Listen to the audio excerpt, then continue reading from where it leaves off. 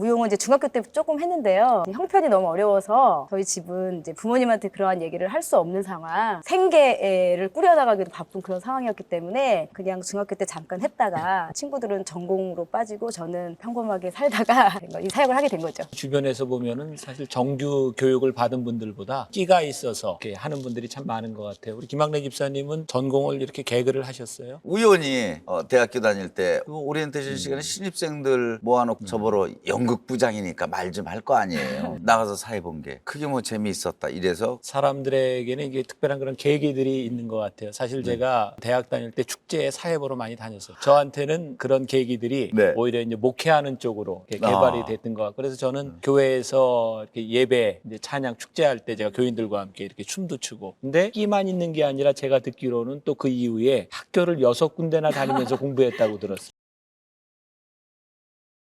안녕하세요. 하나님을 미소 짓게 하는 사람들, 김병삼 목사입니다. 새해가 힘차게 밝았습니다. 기축년 소띠에 여러분들 모두에게 희망찬 한 해가 되었으면 좋겠고요. 또 새해부터 이름이 조금 바뀌었습니다. 11시에 만나요에서 하나님을 미소 짓게 하는 사람들, 어김없이 이 시간마다 하나님을 미소 짓게 하는 아름다운 사람들을 함께 만나는 좋은 시간이 되었으면 좋겠습니다. 오늘 귀한 분을 만나기 전에 여러분들과 함께 나누고 싶은 이야기가 있습니다. 제가 얼마 전에 DVD를 통해서 웨인 코데이로라고 하는 하와이에서 목회하는 목사님의 영상을 보게 되었습니다. 뉴 호프 처치라고 지금 전 세계에서 가장 빨리 성장하는 교회 중에 하나입니다. 웨인 코데이로 목사님의 아주 귀한 간증을 듣게 되었어요. 그 교회가 건물이 없이 아름답게 성장하던 때에 건물 주인이 갑자기 교회를 나가도록 했답니다. 다행히 하와이는 따뜻한 곳이기 때문에 공원에다가 텐트를 치고 예배를 드릴 수 있었어요. 문제는 하와이가 시도 때도 없이 비가 내린다는 겁니다.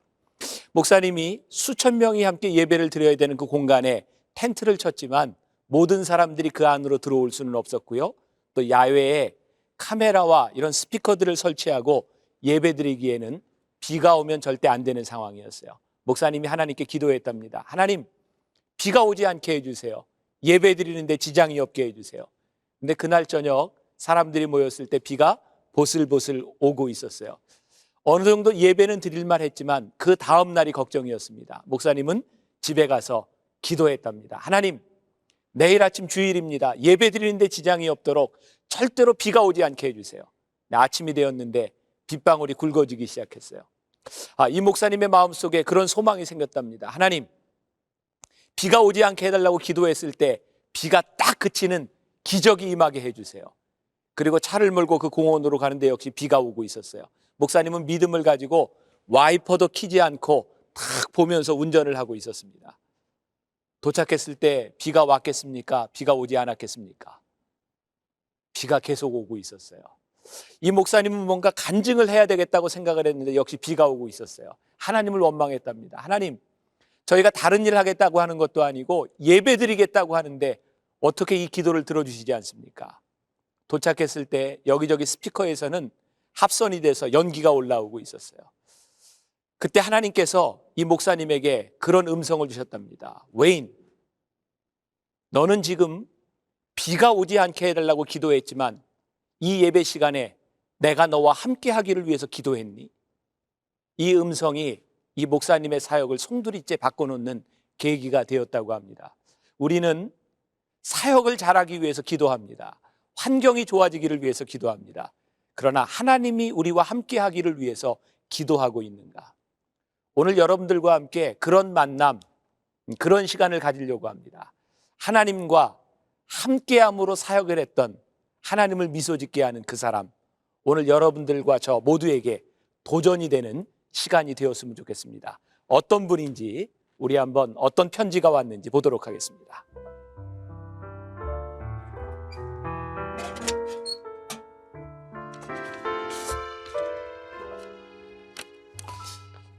오늘 우리와 함께할 분이 가장 좋아하는 메시지는 시편 145편 1절의 말씀입니다. 왕이신 나의 하나님이여, 내가 주를 높이고 영원히 주의 이름을 송축하나이다.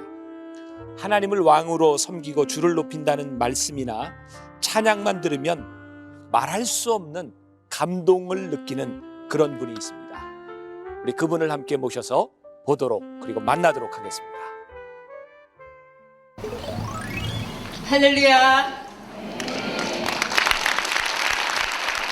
주빛 아카데미 안은경 전도사입니다. 어떻게 말씀을 드려야 될지 오늘 공연 가운데 하나님께서 인도해 주시고 오늘 이 은평감리교회에서 예배를 드릴 수 있도록 인도하신 하나님께 감사의 박수를 다시 한번 올려드리시겠습니다. 주님 감사합니다. 모든 영광을 주께 올려드립니다. 그녀를 쓰러지게 만들고 그녀를 고통 속에 몰아넣을 때마다 주님은 예배 무용을 통해 그녀를 회복시키셨습니다. 너무 힘들었습니다. 죽고 싶었습니다. 그러나 하나님은 이런 그녀를 살리시고 사랑하셨습니다.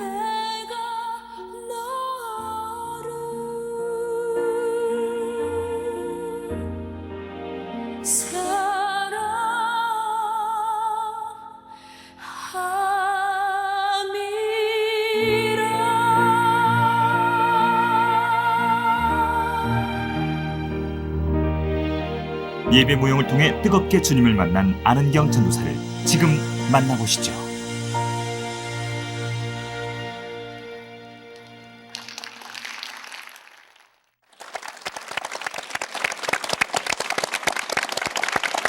감사합니다. 하나님을 미소짓게 하는 사람들 어김없이 나와주셔서 함께 하시는 김학래 집사님 감사합니다. 감사합니다. 네, 그리고 우리 전도사님 참 반갑습니다. 오늘 좋은 만남이 있기를 바랍니다. 네, 우리 안은경 전도사님 주님을 이렇게 찬양하고 또 특히 몸으로 찬양하는 그런 분을 모시게 되었는데요. 한번 직접 자신의 소개를 들었으면 좋겠습니다. 예, 저는 예배무용이라는 장르를 가지고 주님 앞에 예배하고 또 그것을 연구하고 또 교육하고 그것을 가지고 선교하는 주빈 예배무용 아카데미의 안은경 전도사입니다. 네, 아니 그 금식 기도를 많이 하셨나? 이게 몸이 마르셨어요. 네. 아이고 그 요즘 바람 강하게 불면 날아가실 것 같아요. 아무래도 무용 사역이다 보니까요. 네. 이제 관리하지는 않은데 네. 하나님이 이렇게 만들어 주셨어요. 저를. 그래서 그냥 감사하면서 그 하나님은 참 불공평하네. 어느 분은 몸 관리까지 해주셔서 저렇게 날씬하시고 이게 하나님이 몸 관리 안 해주시는 분들이 많으신 것 같은 느낌이네요. 저쪽도. 네. 주빛 아카데미 네. 또 이름의 의미도 좀 있을 것 같고요. 또 그 주빛 아카데미라고 하는 사역이 언제쯤 시작됐는지 한번 말씀해 주세요. 주빛이라는 말은 이제 주님의 빛을 전하자 어떤 이러한 맥락에서 저희가 주빛이라고 지었는데요. 네, 세상이 혼탁하고 어둠 가운데 있는 그런 세상에 예수님의 밝은 빛을 비춰서 그 영혼들을 회복하고 또 밝은 빛 가운데로 끌어내서 정말 하나님의 그 관계를 회복하게 하는 어떤 그러한 의미로 주빛이라고 이름을 짓고 저희가 이제 그 97년부터 저희가 선교 사역을 했었는데 몸으로 계속적으로 사역을 해오다가 이제 2004년도에 저희가 교육을 좀 해보자. 그래서 예배 가운데 바람직한 움직임이 뭐고, 그다음에 무용 사역자로서 우리가 어떻게 이제 서야 되는지에 대한 부분들을 더 심도 있게 연구하고 교육하기 위해서 2004년도에 이제 만들어진 그런 기관입니다. 그래요. 그러면 무슨 또 계기가 좀 있었을 것 같아요. 그 사역의 전환점이 되었던 네네. 특별한 계기가 있으시면 네. 말씀해 주시죠.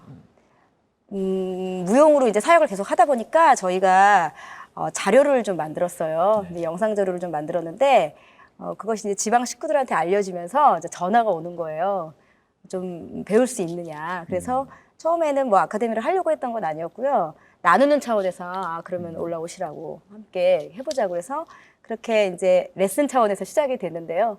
그렇게 해서 이제 저희가 아카데미가 시작이 됐죠. 네. 그 무용은 타고나신 거예요? 아니면 전공하셨어요? 전공은 했는데요. 네. 이제 실은 무용은 이제 중학교 때 조금 했는데요. 형편이 너무 어려워서 네. 아무래도 이제 예술 파트는 투자를 많이 해야 되는 그런 상황들이 있잖아요. 그래서 저희 집은 이제 부모님한테 그러한 얘기를 할 수 없는 상황, 그냥 생계를 꾸려나가기도 바쁜 그런 상황이었기 때문에 그냥 중학교 때 잠깐 했다가 이제 친구들은 전공으로 빠지고 저는 그냥 평범하게 그냥 평범하게 살다가 이제 이 사역을 하게 된 거죠. 근데 우리 주변에서 보면은 사실 정규 교육을 받은 분들보다 네. 그런 끼가 있어서 네. 이렇게 하는 분들이 참 많은 것 같아요. 우리 김학래 집사님은 전공을 이렇게 개그를 하셨어요? 아니, 안 했어요. 저 우연히 네. 대학교 다닐 때 오리엔테이션 시간에 네. 뭐 제가 학문이 딱딱하니까 동아리를 연극 동아리에 들어가 있었는데 네. 연극 부장을 맡겨요. 그 오리엔테이션 시간에 신입생들 모아놓고 마지막 날은 연예인도 부르고 막 이러는데 갑자기 못 불렀다고 저보러 연극 부장이니까 말 좀 할 거 아니에요. 뭐 이래가지고 나가서 사회 본 게 그게 뭐 재미있었다. 이래서 그다음 막 대학 축제 여기저기 불려다니면서 그랬죠. 사람들에게는 이게 특별한 그런 계기들이 있는 것 같아요. 사실 제가 뭐 우리 교인들도 잘 모르지만 사실 저도 대학 다닐 때 축제에 사회 보러 많이 다녔었어요. 특히 이제 예. 커플 파티할 때 제가 춤도 가르쳐주고 저도 한춤 합니다. 그 캐바레를 많이 가보죠. 카메라는 안 가봤고 근데 저한테는 그런 계기들이 네. 오히려 이제 목회하는 쪽으로 이렇게 개발이 됐던 것 같고 그래서 저는 교회에서 이렇게 예배 이제 찬양 축제할 때 제가 교인들과 함께 이렇게 춤도 추고 네. 그렇게 하는데 아무튼 이 예배, 워십, 이 무용 이런 것들이 예배 안에서 차지하는 비중이 굉장히 많은 것 같아요. 근데 끼만 있는 게 아니라 제가 듣기로는 또 그 이후에 학교를 6군데나 다니면서 공부했다고 들었어요. 아무래도 이제 형편이 어렵다 보니까 어렸을 때 무용을 공부하고 싶었는데 그런 상황들이 안 되다 보니까 제가 처음에 이제 그 무용을 하게 된 계기가 교회에서 이제 아이들을 찬양 인도를 하면서 율동을 지도하게 됐는데 전도사님께서 저희 부서의 전도사님이 저한테 안 선생님은 이쪽으로 소질이 있다. 좀 이쪽으로 개발을 해서 이제 키워보지 않겠냐. 저를 이제 말씀해 주신 분이 이제 앞에 계신 우리 여기 방청객에 앉아 계신 우리 목사님이 그때 당시 저희 부서 전도사님이셨어요. 네. 네, 그래서 그 권유를 받고 제가 이제 예술 신학교 이제 작은 금소신학 프레이즈 예술 신학교라는 신학교를 들어가서 이제 율동을 배우고 그 뒤로 제가 이왕할 것 같으면 적성이 맞으니까 이 사역으로 신학을 공부를 해보자.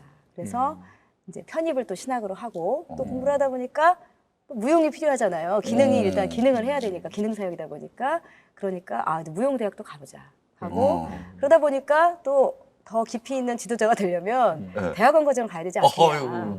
신학대학원을 들어갔고 또 그러다 보니까 이제 더 그 연구를 좀 더 해야 되겠다. 신학과 무용을 겸비한 성경적인 어떤 베이직을 좀 탄탄하게 하기 위해선 무용도 좀 더 알아야 되겠다. 그래서 무용대학원을 들어가게 됐고 그래서 아직 지금도 공부 중인데요. 보기보다 굉장히 젊어 보이시죠? 한 60은 되신 것 같아요. 공부를 다 이렇게 하려면. 욕심이 되게 많으신가 봐요. 그죠? 네. 그 없는 돈에 그렇게 공부하러 다니시려면은. 그러니까 실은 제가 네. 공부하면서 참 빚을 많이 졌어요. 그러니까 그때는 이제 젊은 나이, 지금도 물론 젊지만요. 그때는 욕심, 야망. 그러니까 제가 좀 뭔가 해보겠다. 이쪽 분야에서 한번 이름을 좀 날려보자. 어떻게 보면 굉장히 좀 야무졌죠. 근데 그런 마음으로 제가 그냥 앞뒤 안 가리고 과다한 재정에 그 출혈이 많았음에도 불구하고 그냥 그때는 그냥 오직 하나 배워야 산다라는 그 생각으로 제가 그냥 하나만 보고 거의 10년 동안 거의 한 13년 동안은 책가방만 메고 왔다 갔다 했던 것 같아요. 궁금한 게 그렇게 예배, 무용, 신학 이런 공부를 하고 나서 주로 어떤 활동을 하셨는지 궁금하네요. 그러니까 공부를 많이 했고 또 열심히 살았는데 아직까지 제가 이제 예배무용이라는 어떤 분야에서 뭐 활발하게 사역을 한다거나 그건 아니었었어요. 재정이 많이 빚을 많이 졌으니까 그때 저의 모습은 그냥 빚더미에 올라앉아 있었고 또 재정이 필요하고 하니까 제가 할 수 있는 것은 그냥 정말 부끄러운 얘기인데요. 정말 부끄러운 얘기인데 하나님 앞에 정말 부끄러운 얘기인데 교회학교 파트에 들어가서 그 교육전도사를 하는 것이 제가 할 수 있는 일이었었어요. 그때 당시에. 그래서 교회학교에 들어가서 그 아이들을 이제 맡아서, 네, 저는 무용사역자인데 제가 별로 원치 않은 그런 이제 교육부서에 들어가서 그 아이들을 가르치는 일을 하게 됐죠. 그러니까 저는 어떤 사역에서 생명을 살리고 어떤 이런 차원이 아니라 정말 부끄럽지만 재정을 어떻게 하면 좀 충당할 수 있을까? 어떻게 하면 그 빚을 좀 갚아볼까? 그래서 그렇게 이제 사역의 자리로 이제 뛰어들었죠. 아, 사역을 하면은 그 빚을 갚아줘요? 그런 건 아니었지만, 그런 건 아니었지만, 이제 제가 아무래도 그쪽으로 일을 할 수밖에 없는 상황. 그러니까 뭐 재정은 작지만, 네. 그렇게 해서라도 빨리 이 빚을 어떻게라도 조금씩이라도 갚아나가자. 우리가 빚지고는 안 된다고요. 이자 막 굴러가고. 그렇죠. 예. 제가 이제 협박당하고. 같은 이제 사역자, 목회자 입장에서 볼 때 충분히 그런 고민들이 네. 이해가 되죠. 사실 우리가 사역이라 그러면 하나님의 일인데 그럼에도 불구하고 현실적으로 돈이라고 하는 그런 관계 가운데서 내가 원치 않는 일을 해야 될 때도 있고 또 그런 것 때문에 가지는 그런 많은 이런 죄책감 이런 것도 충분히 있었으리라고 생각이 들어요. 근데 오늘 우리가 안은경 집사님을 여기에 모시게 된 아주 중요한 이유 중에 하나는 아주 큰 사건이 하나 있었어요. 아마 뉴스를 통해서도 보도가 된 것으로 알고 있는데 어쩌면 많이 잊혀졌을 수도 있고 또 많은 분들이 궁금해 하실 것 같은데 한번 이야기를 해주시면 좋겠 힘들겠지만. 네. 그러니까 사역자의 모습에서 이제 진정한 사역자의 모습으로 섰던 것이 아니라 어떤 부수적인 이유, 사역은 부수적인 이유였고 재정을 이제 그 압박에 대해 못 견뎌서 그걸 갚아보려고 이제 사역 자리에 들어갔는데 아이들을 데리고 제가 성경학교 때 캠프로 들어가게 됐어요. 어떻게 하면 이 사역을 빨리 좀 그만둘 수 있을까라는 생각이 많이 들었었어요. 그래서 그렇지만 이제 여름 행사는 해야 되니까 굉장히 중요한 사역이잖아요, 여름이. 그래서 이제 아이들을 데리고 수련회를 들어갔는데 행사가 잘 진행이 됐는데 이제 마지막 날 저희가 이제 떠나는 그 마지막 날 그 새벽에 네. 남자 숙소, 그러니까 아이들 남자 숙소에서 이제 불이 났어요. 불이 나서 불이 났는데 이제 저희가 그 불이야라고 누가 외쳐서 제가 이제 일어나서 그 현장에 이제 갔는데 너무나 끔찍한 상황들이 그 자리에서 이제 벌어지고 있었죠. 이제 선생님들이 아이들을 이제 구해내고 저는 넋이 나가서 이제 어떻게 이런 일이 있을 수 있을까? 어떻게 제 인생에서 어떻게 이런 충격적인 사건이 일어날 수 있을까? 이제 그러한 어떤 상황들을 지켜보면서 너무너무 급박하게, 그러니까 뭐 초를 다투는 거잖아요. 아이들을 끄집어 내와야 되니까. 그래서 아이들을 막 이제 구출을 해내오면서 불은 이제 활활 타고 있었고, 근데 하나님이 저에게 그 상황에서 그렇게 급박하게 돌아가는 상황 속에서 하나님이 저에게 그런 깨달음을 주시는 거예요. 너 똑바로 봐라. 사역은 장난이 아니야.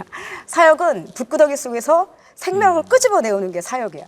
라고 이제 저에게 그 깨달음을 저에게 그 상황 가운데 깨달음을 막 주시는 거예요. 그래서 제가 어머 하나님, 저는 사역이 이렇게 정말 생명을 이렇게 살리고 이렇게 소중하게 생명을 소중하게 살려내오는 것이라는 걸 저는 몰랐어요.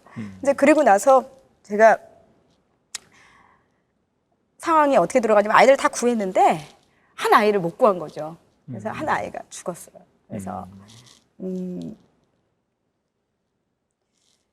그 아이가 이제 생명을 구하지 못했잖아요. 그래서 제가 이제 그 뒤로 3개월 동안 심한 죄책감, 심한 정죄의식 가운데 제대로 먹지도 못하고 잠도 못 자고 밤에 불을 끄지도 못하고 굉장히 눌려서 힘든 나날들을 보내게 됐죠. 그래서 사단은 끊임없이 저에게 정죄하고 네가 무슨 사역자냐, 네가 무슨 생명을 살리는 사역자냐, 네가 무슨 사역을 앞으로 하려고 하냐, 너는 이제 끝이야.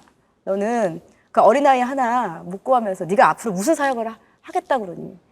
계속적으로 정죄감에 계속 제가 빠졌고 그 뒤로 저는 난 이제 끝이구나. 내 인생은 이제 끝이다. 여기까지였어. 나 이제 사역자로서 이제 끝이다. 그래, 나 이제 조용히 살다가 아니면 자꾸 상상이 이제 쇠고랑을 차고 제가 죄수복을 입고 그 이제 감옥에 들어가 앉아 있는 그런 상상만 자꾸 하게 되고 그런 상황으로 이제 완전히 된 거죠. 아마 이 이야기를 들으면서 이제 공감하는 분들이 많이 있을 것 같아요. 특히 사역자로서 이건 물론 이렇게 전도사님처럼 이렇게 큰 사건을 겪는 건 아니지만 우리들이 이렇게 실패를 경험하고 나 때문에 이렇게 피해를 입은 사람들이 있을 때 그게 늘 이렇게 사역자의 발목을 잡죠. 죄책감들이 참 힘들게 하는데 그런 과정들이 참 쉽지 않았을 것 같아요. 네. 지금 이렇게 우리가 여기에 모시게 된 이유는 그 사건 때문이기는 하지만 그 사건을 통해서 지금 이제 사역을 하고 있는 모습 때문에 아마 이렇게 이제 모시게 됐으니까 그 시련을 극복하게 된 어떤 그런 과정들이 좀 있을 것 같아요. 이 이야기가 아마 이 방송을 보고 있는 많은 분들에게 도움이 될 것 같아요. 또 그 아픔을 가지고 있는 사람들에게 또 동일한 도움이 되리라고 생각해요. 어떻게 극복하셨는지. 예, 상황이 너무 힘들면 사실 기도하기가 쉽지가 않잖아요. 그리고 3개월 동안을 막 헤매다가 잠을 못 자니까 일단 너무 괴로워서 안 되겠다. 기도를 해야 되겠다. 기도할 힘도 다 잃어버렸으니까. 그래서 하나님 앞에 이제 저는 찬양을 많이 듣고 음악을 좋아하다 보니까 이제 찬양을 틀어놓고 기도를 하게 되었는데 곡 중에서 보내소서라는 저희 작품 중에 그 작품이 있어요. 저희 곡은 아닌데 보내소서라는 찬양이 있는데 그 가사가 어떤 가사였냐면 하나님 그 잃어버린 영혼에게 저를 보내주셔서 그 차가워진 마음 그 마음을 녹여주시고 나를 그 시련이 어떤 시련이 찾아온다 할지라도 그 주님의 눈물을 기억하면서 제가 이제 그 땅을 향해서 가겠습니다라는 어떤 그런 선교에 대한 그런 어떤 찬양이 있었어요. 근데 그 찬양을 제가 들으면서 순간 기도를 하는데 아 나는 이제 끝이구나, 나는 이제 끝났구나라고 생각을 하고서 그 찬양을 들으면서 이렇게 묵상을 하는 가운데 제 마음에 어떤 마음이 들었냐면 저도 모르게 손이 이렇게 올라가는 거예요. 저도 올라가면서 제가 결단을 하고 있더라고요. 하나님, 저 가겠습니다. 저도 모르고 저 가겠습니다, 하나님.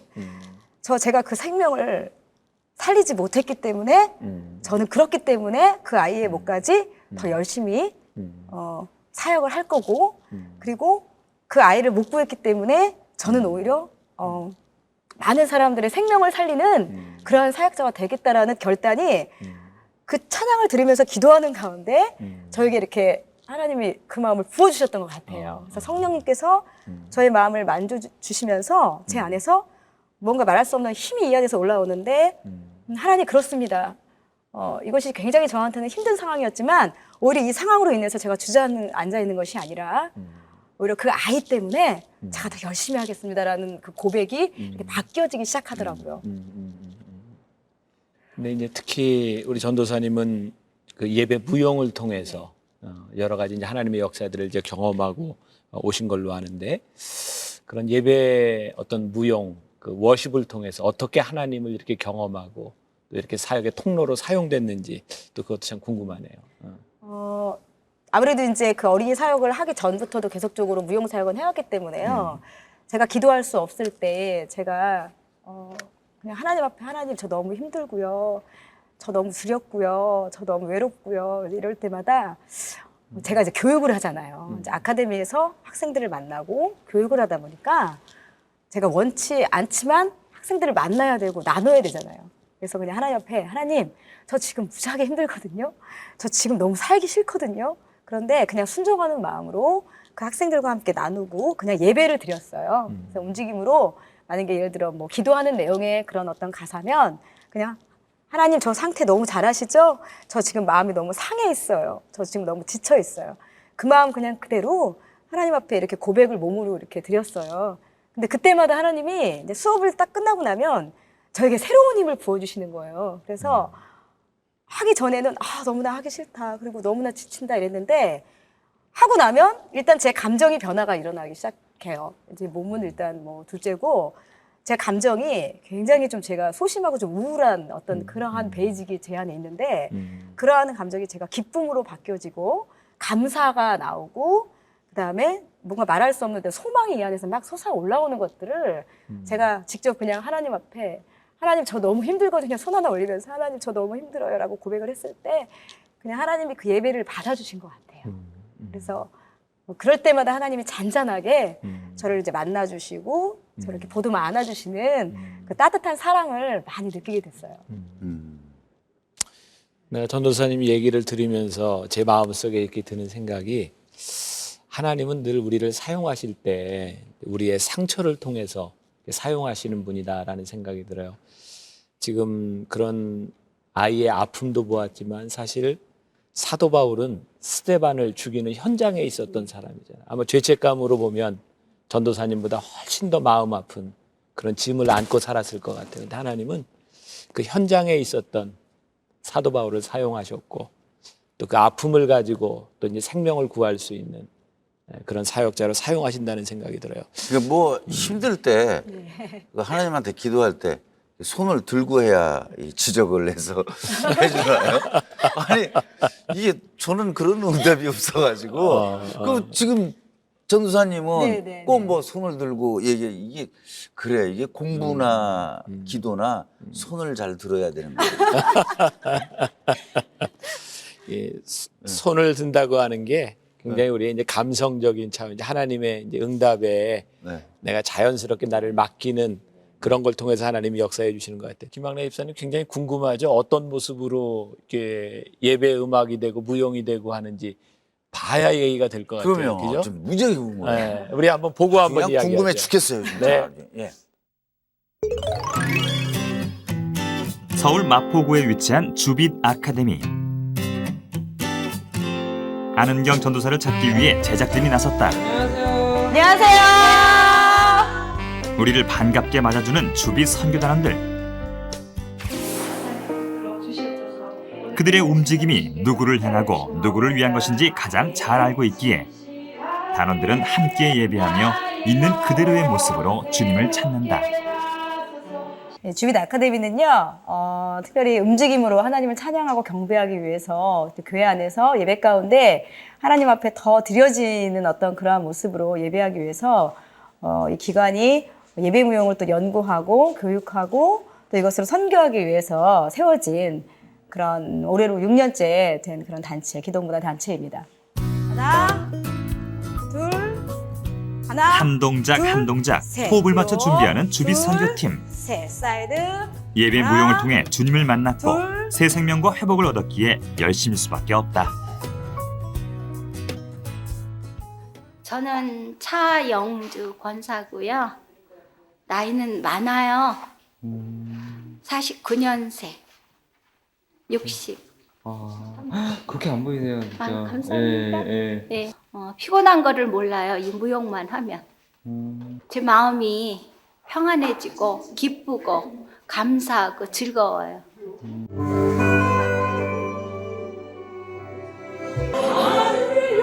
주님만 영광받기를 바라는 그들의 마음 때문일까? 찬양에 맞춰 움직이는 그들의 손짓 하나하나가 섬세하며 주님께만 집중되어 있는 듯하다. 그 이사야 61장에 보면 1절부터 3절까지 말씀이 있잖아요. 주 여호와의 신이 내게 임하셨으니 이는 내게 기름을 부으사 가난한 자에게 아름다운 소식을 전하게 하려 하심이라.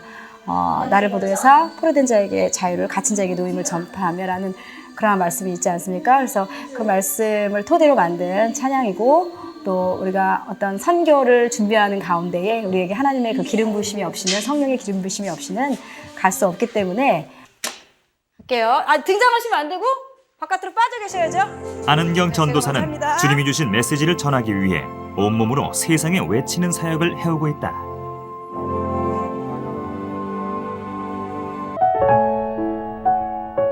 작년 겨울 열린 공연 너는 피투성이라도 살라. 활달한 이미지의 탤런트 정다빈 씨가 숨진 채 발견됐습니다. 오늘 새벽 6시 15분쯤 서울 서초구 잠원동의 자택 안방 화장실 안에서 목을 매 숨진 채 발견됐는데 22사단 소속 20살 원모 이병이 그제 새벽 4시 50분쯤 경계 근무 도중 소총으로 자신의 머리를 쏴 숨졌습니다. 자살이 유행처럼 번지고 있는 세상 속에 생명이 얼마나 귀하고 소중한 것인지를 전했던 공연. 많은 사람들에게 희망과 새 생명을 전해준 의미가 있었던 시간.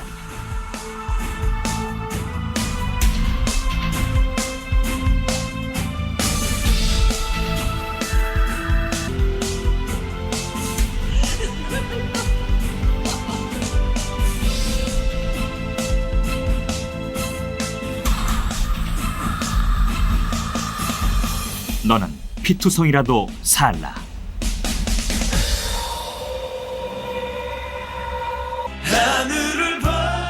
안은경 전도사가 삶을 포기하려고 할 때 그녀를 붙잡아 주신 하나님을 기억하며 그렇게 그녀는 세상을 향해 온몸으로 외치고 있었다.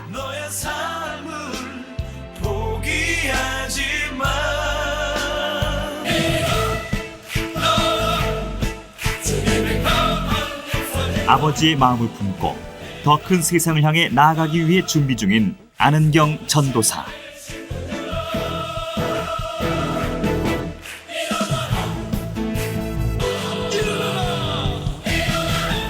그녀는 또 어떤 꿈을 꾸고 있을까? 제가 이번 사역을 토대로 우리 주빛 아카데미가 더 수많은 영혼들을 더 많이 품고 아버지의 마음을 전하는 그러한 아카데미 또 선교 단체가 되어지기를 놓고 더 기도로 준비하고 있습니다. 감사합니다.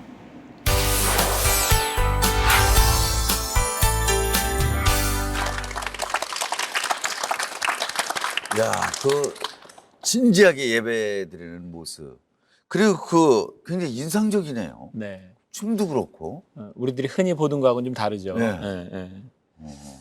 뭐 제가 보았던 다른 워십하고는 조금 차이가 있는 것 같아요. 네. 좀 의미 좀 설명을 해주시면 좋겠네요. 그러니까 저희는 그 사람들이 보여줬을 때에 예쁘게 보이거나 어떤 네. 화려해 보이거나 네. 내가 이만큼 할 수 있다라고 이제 자랑하는 어떤 그런 차원이 아니라 하나님의 메시지만을 드러내고 하나님의 그 메시지를 온전히 볼 수 있게끔 저의 그런 인간적인 모습들은 다 감추고 어찌 보면 제가 이제 그렇게 그런 마인드로 저희가 이제 드리게 되거든요. 그러다 보니까 절대 하나님보다 앞서지 말고 그다음에 하나님의 메시지보다 절대로 앞서지 않는 그런 춤을 추려고 많이 노력하고 있어요. 하나님보다 앞서는 사람도 있어요. 네, 그런 게 아마 이 방송을 아마 듣는 분들에게 좀 도움이 될 것 같은데요. 네. 사실은 우리가 예배의 모든 행위들은 네. 하나님께 이렇게 영광을 돌리기 위한 네. 거거든요. 예를 들어서 강단에서 목사님이 가운을 입거나 성가대어들이 가운을 입는 것도 아름답게 보이기 위한 것이 아니라 사실은 죄된 우리의 모습을 감추는 의미가 더 많이 있어요. 근데 언제부터인가 그 가운들을 통해서 나를 드러내려고 하게 되죠. 그러니까 영광을 받으시는 분이 하나님이 아니라 예배를 드리는 내가 될 경우가 있어요. 그건 올바른 예배자의 모습은 아닌 것 같아요. 지금 아마 전도사님이 말씀하신 것도 뭐 특별히 누가 잘못됐다 이런 것보다는 네. 예배에 그 무용을 하는 사람들의 치장이나 네. 이런 것들을 통해서 사람들의 눈길이 예배로 가지 않고 사람에게 오는 그런 부분들이 있어요. 그래서 무용하는 사람들은 사실 옷차림도 주의할 필요가 많이 네. 있어요. 사실 저희 교회에서 한번 당황했던 적이 있는데 저희 교회에서 현대 무용을 하는 사람이 이제 낮 예배 때 설교하기 전에 무용을 했는데 제가 요 밑에 앉아 있는데 굉장히 민망해서 혼났어요. 이게 옷이 돌아갈 때마다 속살이다 보이는 거야. 그러니까 예배 드리는 사람들이 눈길을 어디다 둬야 될지를 몰라요. 그러면 그 예배는 온전히 드려지지가 않죠. 왜? 관심이 하나님께 안 가고 굉장히 곤란해요. 언제 또 있어요, 그게? 꼭 연락드릴게요. 그런 중요한 거는 꼭 연락을 좀 주셔서. 알겠습니다. 예. 이제 중요한 것 중에 하나가 또 예배 그 무용을 통해서 말씀하시는 하나님의 음성, 특히 이제 율동하면서 본인의 신앙 고백이 참 많이 있을 것 같아요. 뭐 그런 경험이나 있으면 한 말씀해 주세요. 저희가 작년이죠. 그러니까 2008년도 11월 27일 날 저희가 이제 작은 공연을 하나 했었는데 주제가 자살과 낙태를 주제로 하는 생명의 소중함이라는 주제를 가지고 너는 피투성이라도 살라. 에스겔서의 말씀을 주제로 삼고 우리의 생명이 너무나 소중하다라는 그런 메시지를 전하기 위해 저희가 작은 공연을 하나 했었어요. 그래서 제가 거의 뭐 그 예배는 거의 1년 반 개인적으로 한 2년 정도를 준비한 그런 예배였는데 제 자신이 너무나 소중한 존재라는 거를 제가 이제 깨달았잖아요. 하나님이 저를 회복시켜 주시고 그래서 지금 그 너무나 우울한 심령들이 많고 또 연예인들의 자살로 이 사회가 굉장히 많이 혼탁해져 있고 또 그래서 그러한 마음을 제가 품고 2년 정도를 준비해서 저희가 그 예배를 하나님께 올려드렸었어요. 그래서 생명을 잃은 사람들, 생명을 찾은 사람들, 생명을 찾는 사람들이라는 테마를 가지고 저희가 잃었던 생명을 찾았으면 이제 다른 생명을 찾으러 가자. 어떤 그러한 맥락에서 그러한 예배를 저희가 드렸을 때 개인적으로 참 많은 또 회복을 하나님이 주셨고 또 오신 분들이 아무래도 주제가 무겁잖아요. 그러니까 이제 그 준비하면서 아니 해필은 왜 그런 주제냐. 좀 기쁘고 좀 밝은 주제를 좀 하지. 이랬었는데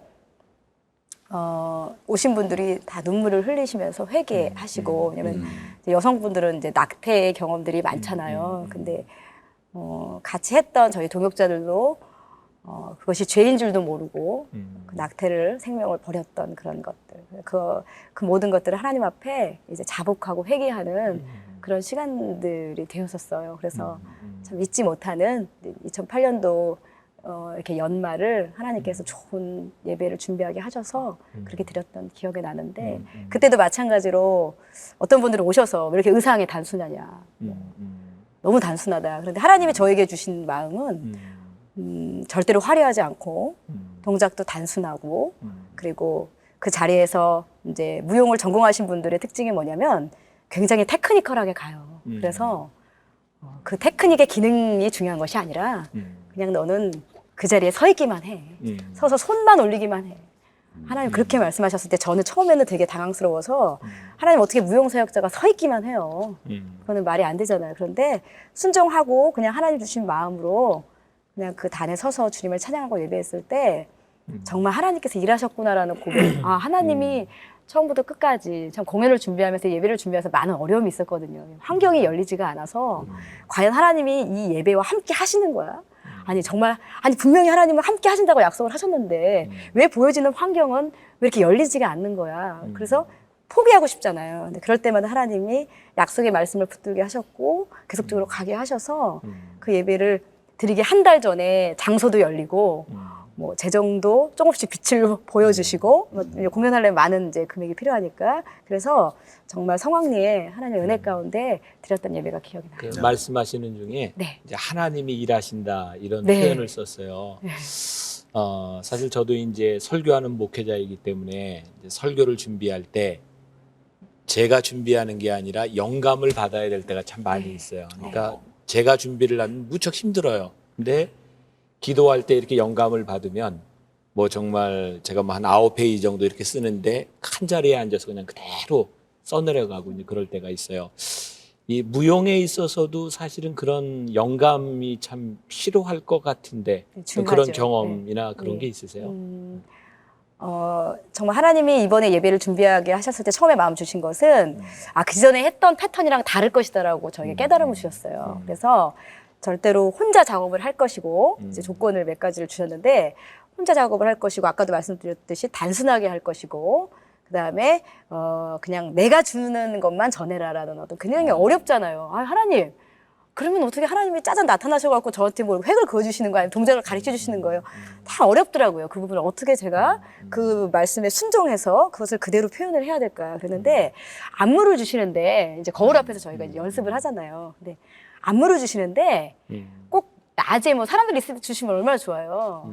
꼭 새벽에 주시는 거예요. 2시. 그때 영감이 떠오르고 근데 그때 꼭 주시기 전에 잠을 자야 될 시간에 2시나 3시쯤에 그냥 그 곡을 듣고 기도를 하면 하나님이 먼저 눈물을 주시는 거예요. 눈물을 주시는데 저희가 아무래도 주제가 무겁다 보니까 생명에 관련된 주제다 보니까 우울한 심령들, 무기력한 심령들, 외로운 심령들 예를 들어 뭐 그러한 가사들이 있잖아요. 그러면 먼저 제가 눈물이 이렇게 쏟으면서 이제 기도를 하면서 그냥 거기서 제가 기도하면서 하는 동작이 그냥 안무로 다 그냥 연결이 되어지는 거예요. 그래서 하나님 앞에 제가 질문을 드렸어요. 하나님 왜 똑같은 동작만 주세요 항상. 그리고 왜 하나님 꼭 이렇게 밤에 저 잠자야 되는데 저 피곤한데 왜 저 이렇게 새벽에 주시는 거예요? 라고 질문을 드렸더니 하나님 저에게 깨달음을 주셨던 것이 자살하는 영혼들은 그렇게 외로울 때 그리고 적막할 때 아무도 주위 없을 때 이제 제가 홀로 지내거든요. 혼자 있거든요. 그러다 보니까 2-3시면 굉장히 외롭잖아요. 그때 그러니까 자살하는 심령들은 그렇게 외로움을 느낄 때 생명을 끊는 거야. 네가 그 마음을 입어야 내가 준 나무가 온전히 나오지 않겠냐라는 그런 깨달음이 저에게 왔어요. 뭐 지금까지 이렇게 하나님의 인도하심 따라 여기까지 왔는데 네. 앞으로 또 소망이 좀 있을 것 같아요. 네. 또 오늘 또 이 방송이 2009년 이제 첫 번째 방송인데 가장 바라는 그런 소망이 있다면 어떤 게 있을지. 제가 두 가지를 말씀드리고 싶거든요. 네. 그래서 첫 번째는 제가 이제 이 사역을 하다 보니까 더 이제 확신이 들고, 근데 이 사역을 통해서 많은 심령들이 회복되어지는 것들을 이제 목도하다 보니까 하나님 더 지경이 좀 넓어졌으면 좋겠고요. 더 많은 영혼들이 왔으면 좋겠어요. 근데 저희 장소가 지금 굉장히 협소해서 하나님 선교센터 하나님 주세요. 그러면 정말 이 땅에 우울한 영혼들, 무기력한 영혼들, 정말 살 소망이 없어서 너무너무 힘들어하는 그런 영혼들에게 정말 함께 예배하면서 회복할 수 있는 그런 어떤 장소를 하나님이 주시는 거 한 가지고요. 또 하나는 제가 이제 사역을 혼자 계속 하다 보니까 너무 지치고, 그래서 가정이 필요하다. 그래서 배우자를 하나님이 정말 하나님을 경외하고 선교의 비전이 있는 그러한 배우자를 허락하신다면 제가 이제 결혼을 해서 하나님을 더 영화롭게 해드리고 더 많은 영혼들을 구원할 수 있는 그런 어떤 사역자의 모습을 서고 싶다고 이렇게 소망을 들며 기도하고 있습니다. 아, 결혼 안 하셨군요. 네, 아직 미혼이십니다. 혼자. 아. 네. 그 급하시네요. 그 기도를 그걸 제일 먼저 하셔야죠. 그래야 이 가정을 알면서.